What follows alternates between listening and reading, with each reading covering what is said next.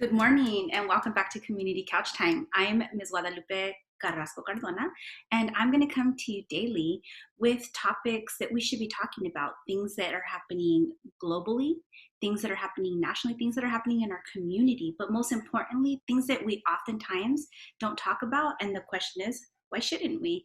And the thing that's really amazing is that we get to share our perspectives with another amazing human being, Miss Tiffany Wallace. Good morning, great minds and good people. I'm Miss Tiffany Wallace, and thank you for having me for Community Couch Time. Now, let's start the discourse. Good morning and welcome back to Community Couch Time. How are you all doing? I'm good. I'm doing good as well. Awesome. So we're here with Miss Wallace like usual, and we have a really amazing special guest, Jada Payne. So this is a very exciting day for us. Hello.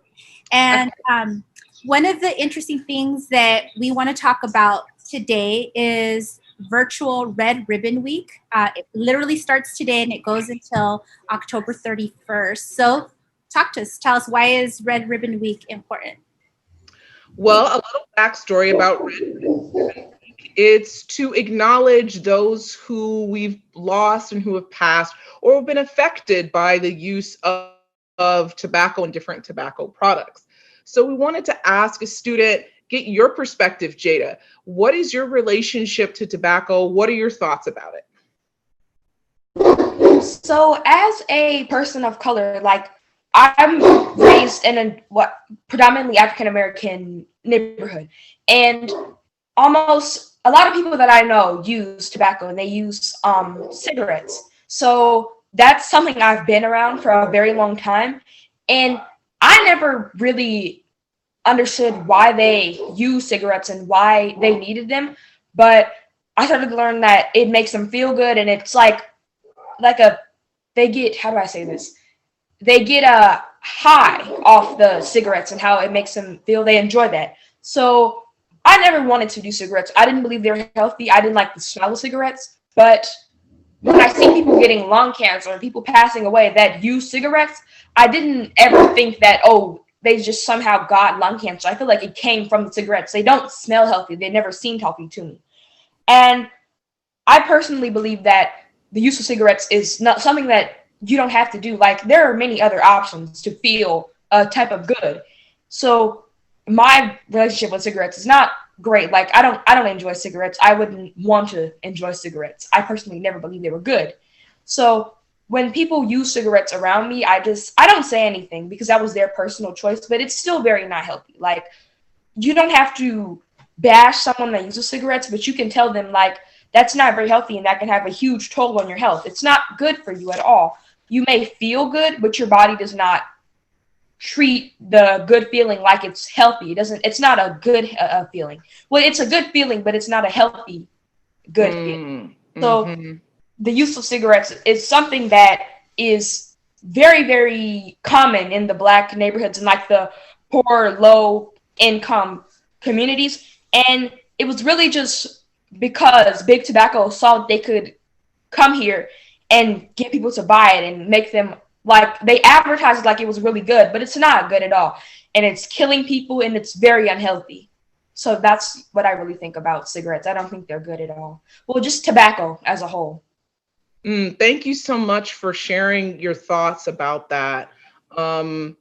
It really helps to get different people's perspective, especially students' perspective. And I like what you said, like, you don't want to bash people, but just kind of talk to them about healthy choices and different choices people can make. I've been doing a lot of research about just the history of tobacco.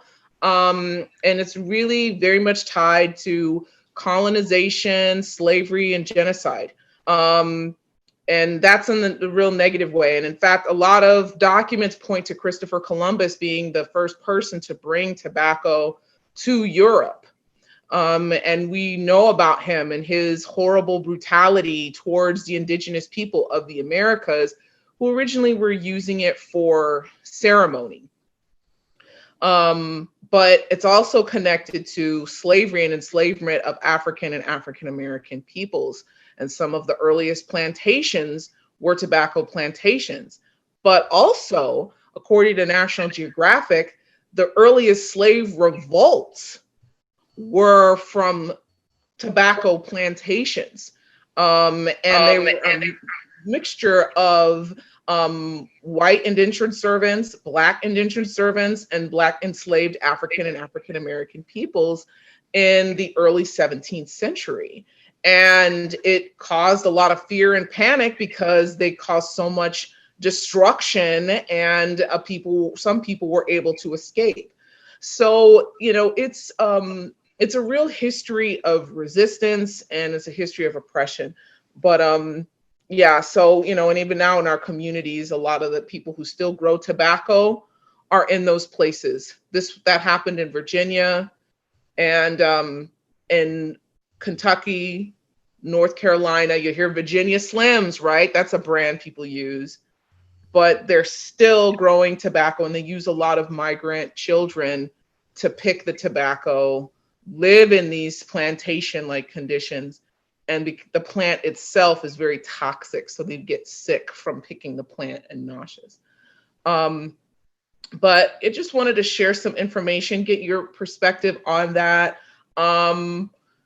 Knowing and hearing more of the history, what do you think about that, Jada? What are some of your thoughts that come to mind? When I think about like tobacco and how it started, it was never originated to be a bad thing, but it turned into that because of Christopher Columbus and how he treated it. Because if they were using because they were using tobacco for ceremonies, and it was never taken as a bad thing until Christopher Columbus turned it into that. And the child labor and working in tobacco factories, like not factories, but plantations, and the children getting sick, you can die from that. It's very unhealthy. It's really sad how we're putting the younger lives at risk to also kill older lives other lives by making the tobacco. It's not healthy the entire way around, from making it to selling it to using it. It's just a very horrible item. Like it's not good at all. But mainly when we talk about in slavery, and there are different forms of tobacco. There's like the chewing tobacco. You can smoke it. It's a lot of different things you can do. Vaping. Mm-hmm. Yeah. In slavery, when the slaves, like if the slaves used tobacco, I know that snuff is very common, the chewing tobacco. I've experienced my uncle, he used to chew that and he would spit it out, and it was very gross. I never really thought of it as something good and something that you should be taking. So it just really shows how it's really bad, and it got into Black communities and lower income communities, but here it was treated differently, and it was just used for the ceremonies. But when they turned it into smoking and chewing, and they brought it back here to give to our people and mess up our communities, that's what made it bad and really tore down our communities. Mm-hmm. Absolutely. And then with vaping now, it's become really insidious because with the different flavors, like there's a lot of targeting of young people. So you have like young people who are migrant children, often from Central and South America, Mexico, working in these farms and plantations, picking the tobacco. And then you have young people who are targeted with different flavors that are like candy, to be smoking it. So all the way around, there's this really relationship to it. And even if you don't use tobacco, it's like our world is still affected by this industry, that the financial component, like not just a ritual or a special occasion, but like addictive qualities so that you use it, or it's menthol. So it soothes the throat and it doesn't feel as harsh as it really actually is. It like masks the harshness. So I like that because it's like not a judgment on people who are using it, but just that there's this whole industry that surrounds it. I really like that you brought in that it is used for ceremony. It is used for ceremony to this day. There are, it's called chanupa. So it's like a type of pipe that is used that you put tobacco in. So there's still a lot of prayers that are happening right now as we speak with tobacco. It's when we start seeing like with Columbus and thereafter with these like mass production for like capitalism, right? For making money and selling on a mass level, that you start to see it being used differently, and then evolving to like what you're saying right now. Like that's horrific, candy flavored, and then the vaping. Can you tell us a little bit about how vaping is like very dangerous, and people don't really realize that it's as dangerous because it seems to be like safer because it's not being burnt?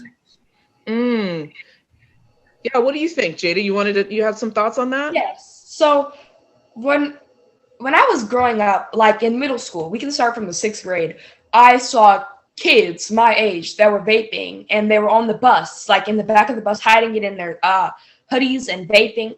And it was because they were like, the flavors were targeted towards kids, because an adult would not want to try something called unicorn sparkles, but they target it for kids. The flavors are made for kids because they know that they'll buy it. And then you can't just try it once. It's addictive. Menthol is very addictive. It's an addictive thing, nicotine. Yes. So you can't just get it once and be like, okay, I'm done. They know once you try it, you're going to do it again and again and again and again.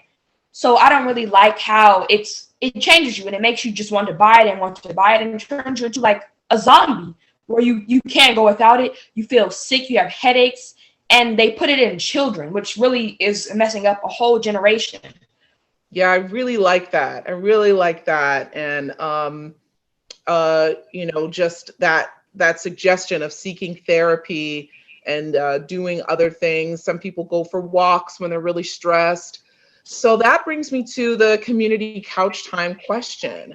When you're feeling upset, you're feeling down, what are some healthy ways that you can relieve stress, comfort yourself, feel better, or suggest to people who you think may be using tobacco or other substances in a way that is unhealthy? What are some alternatives and healthy ways that we can deal with stress?